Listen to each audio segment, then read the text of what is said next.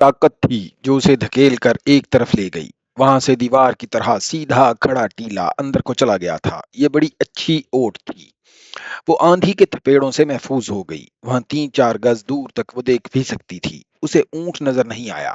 دیوار کے ساتھ ساتھ وہ اور اندر گئی تو ایک غار کا دھانا دکھائی دیا، لیکن اسے اندر جانے کی جرت نہ ہوئی۔ وہ باہر رک گئی۔ اندر آ جاؤ، اسے ایک آدمی کی آواز سنائی دی۔ باہر کیوں کھڑے ہو بھائی؟ اندر آ جاؤ۔ یوحوا کی بے اختیار چیخ نکل گئی اور وہ پیچھے کو دوڑ پڑی۔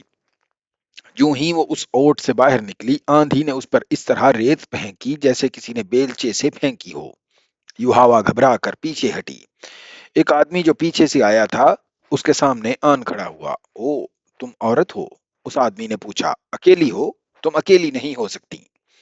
میرے ساتھ 4 آدمی ہیں، یوحوا نے اپنا چہرہ اوڑھنی میں چھپا کر کہا۔ ان کے پاس گھوڑے ہیں، ان کے پاس تلواریں اور برچیاں ہیں۔ کہاں ہیں وہ؟ اس آدمی نے کہا۔ تم ان سے الگ ہو کر ادھر کیوں آئی تھی؟ انہیں ادھر لے آؤ، بڑا اچھا غار ہے، ہم سب آسانی سے اس میں بیٹھ سکتے ہیں۔ یوحوا وہاں سے نہ ہلی۔ اس آدمی نے اسے 3 بار کہا کہ وہ ان آدمیوں کو ساتھ لے آئے، لیکن یوحوا کی زبان بند ہو گئی تھی۔ اس آدمی نے جھپٹا مار کر یوحوا کی اوڑھنی کھینچ لی۔ تم اس یہودی کی بیٹی نہیں ہو؟ اس آدمی نے پوچھا، اور یوحوا کے باپ کا نام لے کر بولا۔ تم اکیلی ہو؟ ہاں، میں اکیلی ہوں، یوحوا نے روتی ہوئی آواز میں کہا۔ مجھ پر رحم کرو۔ یوحوا نے اسے بتا دیا کہ یہاں کس طرح پہنچی ہے۔ میرے ساتھ آؤ، اس آدمی نے کہا، اور یوحوا کا بازو پکڑ کر اسے اپنے ساتھ لے چلا۔ ذرا رکو، یوحوا نے کہا، تم کتنے آدمی ہو؟ کیا تم مجھ پر رحم نہیں کرو گے؟ تم قبیلہ قریش کے آدمی ہو شاید۔ میں اکیلا آدمی ہوں، اس نے کہا، اور میرا قبیلہ قریشی ہے۔ میں تم پر رحم ہی کر رہا ہوں۔ میں نے تمہیں مکہ میں اکثر دیکھا ہے، یوحوا نے کہا، تمہارے نام سے میں واقف نہیں۔ میں جرید بن مسیب ہوں، میرے ساتھ آؤ۔ پھر تم مجھے گھر تک پہنچا دو، یوحوا نے پوچھا۔ میں تمہیں ناراض نہیں کروں گی۔ اونٹ جس کی آوازیں یوحوا نے سنی تھی وہ جرید بن مسیب کا تھا، جو باہر کہیں بیٹھا تھا۔ جرید یوحوا کو غار میں لے گیا۔ جرید دراز قد، گھٹے ہوئے جسم اور دلکش چہرے مورے والا جوان آدمی تھا۔ اس نے غار میں لے جا کر یوحوا کو پانی پلایا اور ایک تھیلی اس کے آگے رکھ دی جس میں کھجوریں تھیں۔ خاموشی سے بیٹھی رہو، جرید نے کہا، آندھی کا زور ٹوٹ رہا ہے، میں تمہیں گھر پہنچا دوں گا۔ ذرا خاموش رہ کر اس نے یوحوا سے پوچھا، تم نے یہ کیوں کہا تھا کہ میں تمہیں ناراض نہیں کروں گی؟ تم مجھے گھر پہنچانے کا معاوضہ لو گے؟ یوحوا نے کہا، میں اور کیا معاوضہ دے سکتی ہوں؟ میں کوئی معاوضہ نہیں دوں گا، جرید نے کہا۔ میں ان میں سے نہیں۔ اگر میں نے تمہیں کسی سے لڑ کر چھینا ہوتا تو تم میرا انعام ہوتی، مگر تم نے مجھ سے رحم مانگا ہے۔ رحم کرنے کا معاوضہ کون لیتا ہے؟ یوحوا اس کی منہ کی طرف دیکھتی رہی۔ جرید بن مسیب لیٹ گیا۔ یوحوا نے اس کے ساتھ کچھ باتیں کی۔ تھوڑی دیر بعد اسے یقین ہو گیا جرید کی نیت خراب نہیں۔ وہ تو اس کے ساتھ کھل کر بات بھی نہیں کرتا تھا۔ یوحوا پریشان ہو گئی۔ جرید، یوحوا نے پوچھا، کیا میں خوبصورت نہیں؟ کیا تم مجھے پسند نہیں کرتے؟ جرید نے کہا لگایا مگر بولا کچھ نہیں۔ تم کیوں ہنسے ہو؟ یوحوا نے پوچھا۔ میں تمہاری ہنسی سے ڈر گئی ہوں۔ خدا کی قسم تم بہت خوبصورت ہو، جرید نے کہا، تم میری پسند کی لڑکی ہو، لیکن جس طرح اور جس جگہ تم مجھے ملی ہو یہ مجھے پسند نہیں۔ میری مردانگی کو مت للکارو۔ تمہارا جسم مجھے بہت اچھا لگتا ہے، لیکن میرے دیوتا مجھ پر لعنت بھیجیں گے کہ میں نے مصیبت میں پھنسی ہوئی لڑکی کا ہاتھ پکڑا اور اس کے جسم کو اپنا انعام سمجھ لیا۔ جرید پھر خاموش ہو گیا۔ یوحوا کے دل سے خوف نکلتا چلا گیا اور جرید اسے بڑا ہی خوبصورت نظر آنے لگا۔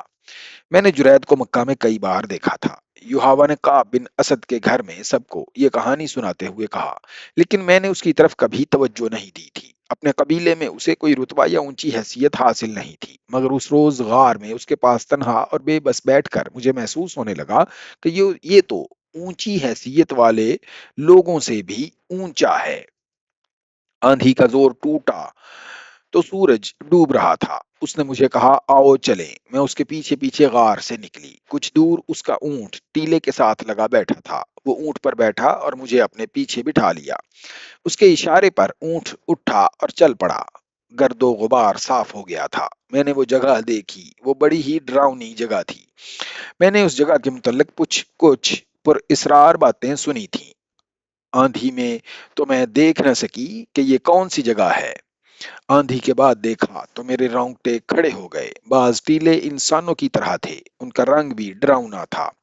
میں شتر سواری جانتی ہوں، اونٹ کو دوڑا سکتی ہوں، لیکن اس شام جرید کے پیچھے اونٹ پر بیٹھے ہوئے میں ڈرنے لگی کہ میں گر پڑوں گی۔ میں نے جرید کو کس کر پکڑ لیا۔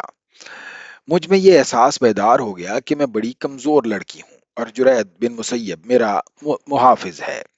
آپ کو یہ تو معلوم ہے کہ میں اپنے مذہب کے لیے کیا کر رہی ہوں، لیکن آپ کو یہ نہیں معلوم کہ اس راستے پر مجھے میرے باپ نے ڈالا ہے۔ یحییٰ نے انہیں بتایا کہ جب اہل قریش بدر میں مسلمانوں کے ہاتھوں شکست کھا کر آئے تو ان کی عورتوں نے بازو لہرا لہرا کر بین کیے تھے۔ یحییٰ کا باپ کٹر یہودی تھا۔ قریش کی شکست پر اس کے آنسو نکل آئے تھے۔ اس نے کہا تھا قریش کے 1000 جنگجو اگر رسول خدا کے 313 آدمیوں سے شکست کھا آئے ہیں تو اس سے یہی ظاہر ہوتا ہے کہ محمد کوئی جادو لے کر آیا ہے۔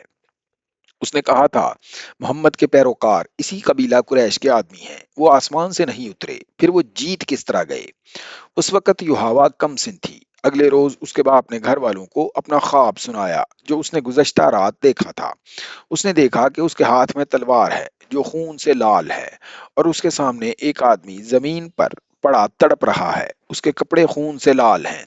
یحییٰ کو معلوم نہیں کہ یہ کون ہے جسے اس نے قتل کر دیا ہے۔ اسے ایک آواز سنائی دیتی ہے کہ یہ کام تم نے کیا ہے۔ تڑپتا ہوا زخمی مر جاتا ہے اور لاش اپنے آپ زمین میں غائب ہو جاتی ہے۔ وہاں سے ایک بڑی خوبصورت اور کم سن لڑکی ابھرتی ہے جس کے ہونٹوں پر مسکراہٹ ہے۔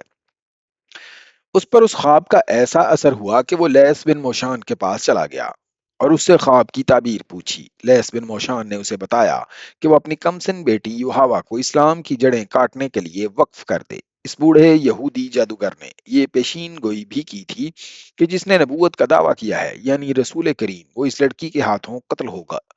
یہ لڑکی ان کی نبوت کے خاتمے کا ذریعہ بنے گی۔ اس نے یحییٰ کے باپ سے یہ بھی کہا تھا کہ وہ یحییٰ کو اس کے پاس لے آئے۔ یحییٰ کو لیس بن موشان کے حوالے کر دیا گیا۔